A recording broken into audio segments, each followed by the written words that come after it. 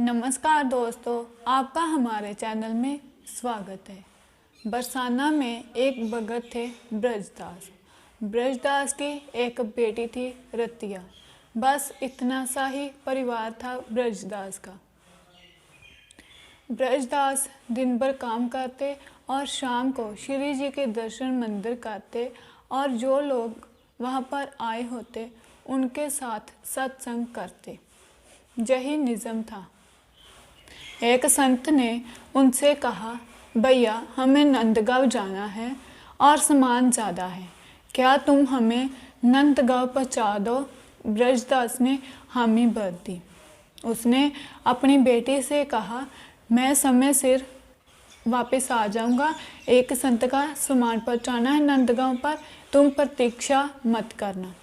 अगले दिन ब्रजदास सुबह 4 बजे राधा राधा जपते नंगे पांव संत के पास पहुँचे। संत का सामान, ठाकुर जी की पेटी और बर्तन लाए और चल दिए नंदगांव की ओर।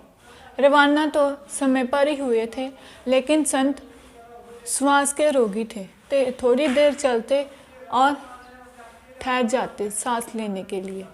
इतने में काफ़ी समय लग गया नंदगांव पहुँचते। नंदगांव पहुँचकर ब्रजदास ने सामान रखा और संत से जाने की आज्ञा ली। संत ने कहा, थोड़ा जल पी लो, जलपान कर लो, जून का महीना है, 11 बज चुके हैं, फिर चले जाना। ब्रजदास ने कहा, बरसाने की वशु भानु नंदनी जहाँ पर ब्याही हुई है तो मैं जहाँ का जल भी पी नहीं सकता। इतना कहकर ब्रजदास चल दिए। संत की आंखों से अश्रुपात होने लगा। कितनी पुरानी बात है, कितना गरीब आदमी है, लेकिन दिल कितना ऊंचा है। ब्रजदास राधा राधा जपते वापस रवाना हुए।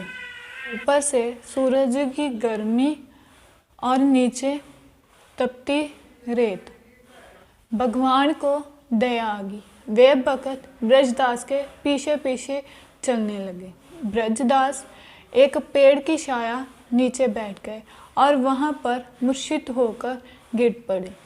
भगवान ने मूर्छ दूर करने का प्रयास किया, लेकिन मूर्छ दूर नहीं हुआ। भगवान के मन में विचार आया कि मैंने अजमिल, गीध, गंजराज को तारा और द्रौपदी को भी संकट से बचाया, लेकिन इस भगत के प्राण संकट में है, कोई उपाय नहीं सूझ रहा। उन्होंने कहा, जे राधा रानी का भक्त है तो राधा रानी को बुलाया जाए, वो इसका मूर्छत जरूर दूर करेंगे। भगवान बड़ी दोपहर राधा रानी के पास पहुँचे। राधा रानी भगवान को देखकर उन्होंने इतनी गर्मी में आने का कारण पूछा।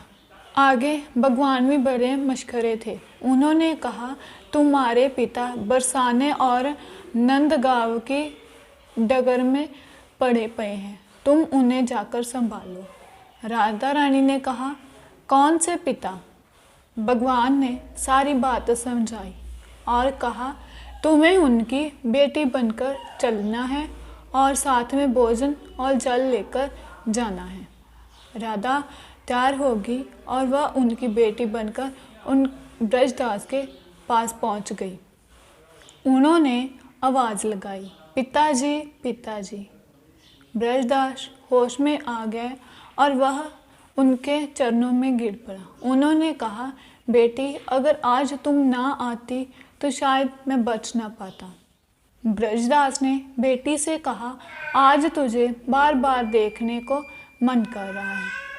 राधा जी ने कहा, माता पिता को अपनी संतान हमेशा अच्छी लगती है, आप भोजन लीजिए।